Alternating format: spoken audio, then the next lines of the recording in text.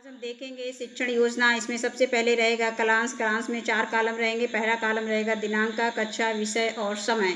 कक्षा 3 विषय कलरव हिंदी, समय 35 से 40 मिनट। और जो है पहली हेडिंग रहेगी लर्निंग आउटकम। बच्चे किसी वस्तु को देखकर उसमें कम ज़्यादा का अनुमान लगा लेते हैं तथा शिष्टाचार से संबंधित शब्दों का प्रयोग करते हुए मानक भाषा में अपने विचार व्यक्त करते हैं। और अगली हेडिंग है इसमें प्रकरण बंदर बाँट। हमें जो पाठ पढ़ाना है उसका नाम हम इसमें लिख देंगे। इसके बाद तीसरी हेडिंग है सीखने सिखाने की सामग्री। इसमें हमने पाठ्य पुस्तक और भी चीज़ें जैसे मोबाइल, दीक्षा ऐप का प्रयोग करने के लिए हम ले सकते हैं। और चौथी हेडिंग है सीखने सिखाने की प्रक्रिया गतिविधियाँ। इसके लिए इसमें भी 4 कॉलम रहेंगे। पहला कॉलम है क्रम संख्या, दूसरा है चरण और तीसरा है समय और चौथा है आकलन के तरीके। इसमें पहली हेडिंग है पहला चरण है शिक्षण की शुरुआत में। इसके लिए समय निर्धारित है 5 मिनट का। सहभागिता के द्वारा हम इसका आकलन करेंगे।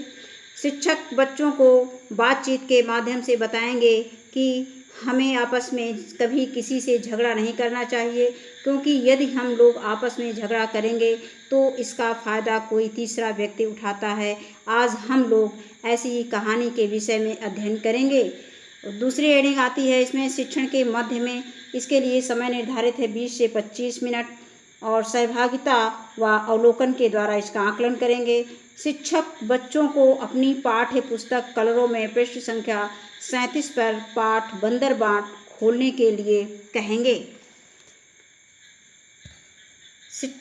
शिक्षक पाठ का आदर्श वाचन करेंगे। बच्चे शिक्षक द्वारा बोले गए शब्दों पर उंगली फेरते हुए उक्त शब्द को दोहराएंगे। इसके बाद अगली हेडिंग इसमें मतलब अगला स्टेप है समूह कार्य।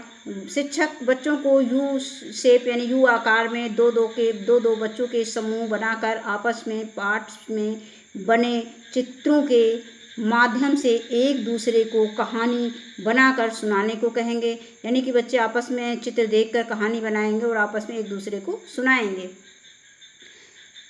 इस बीच शिक्षक कक्षा समूह का घूम कर अवलोकन करेंगे और प्रत्येक समूह में देखेंगे कि बच्चे जो विषय संबंधित बातचीत कर रहे हैं वो सही है या नहीं।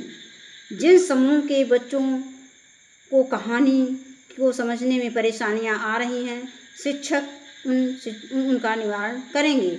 इसके बाद अगली अपने एक गतिविधि करवाई है। इसमें गतिविधि ले सकते हैं, कक्षा में करवा सकते हैं। इसके लिए समय निर्धारित समय 10 मिनट। सहभागिता व अवलोकन के द्वारा इसका आकलन किया जाएगा।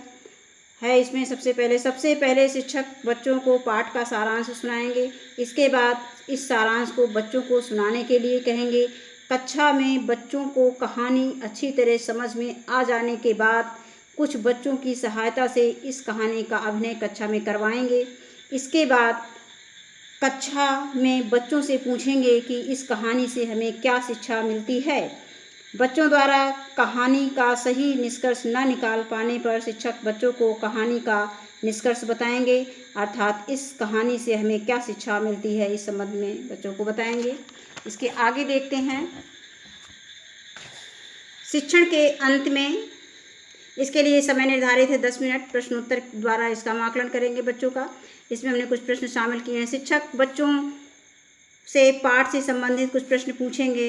जैसे हमने कुछ प्रश्न इसमें शामिल किए हैं। दोनों बिल्लियों के बीच किस बात पर झगड़ा हुआ था?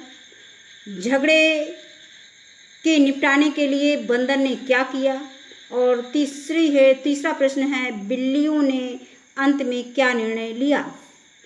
चौथा प्रश्न है बंदर की जगह अगर तुम होते तो रोटी किस बिल्ली को देते और क्यों? ये बच्चों से हम पूछेंगे। बच्चे अपने विचार व्यक्त करेंगे। जो उपयुक्त सभी प्रश्नों का उत्तर देने के लिए शिक्षक बच्चों को पर्याप्त समय देंगे तथा बच्चों द्वारा सही उत्तर न दे पाने पर शिक्षक उन्हें सही उत्तर बताएंगे। इसके बाद अगली हेडिंग इसमें आती है 5वीं हेडिंग प्रदत्त कार्य, गृह कार्य और असाइनमेंट। शिक्षक बच्चों को पाठ्य पुस्तक के अभ्यास प्रश्न में प्रश्न संख्या 2 का उत्तर घर से लाने के लिए कहेंगे। शिक्षक की आगामी कार्य योजना, ये अंतिम हेडिंग इसमें रहेगी। कक्षा शिक्षण में आकलन के दौरान आई कठिनाइयों को ध्यान में रखकर शिक्षक जो है आगामी कार्य योजना का निर्माण करेंगे। धन्यवाद।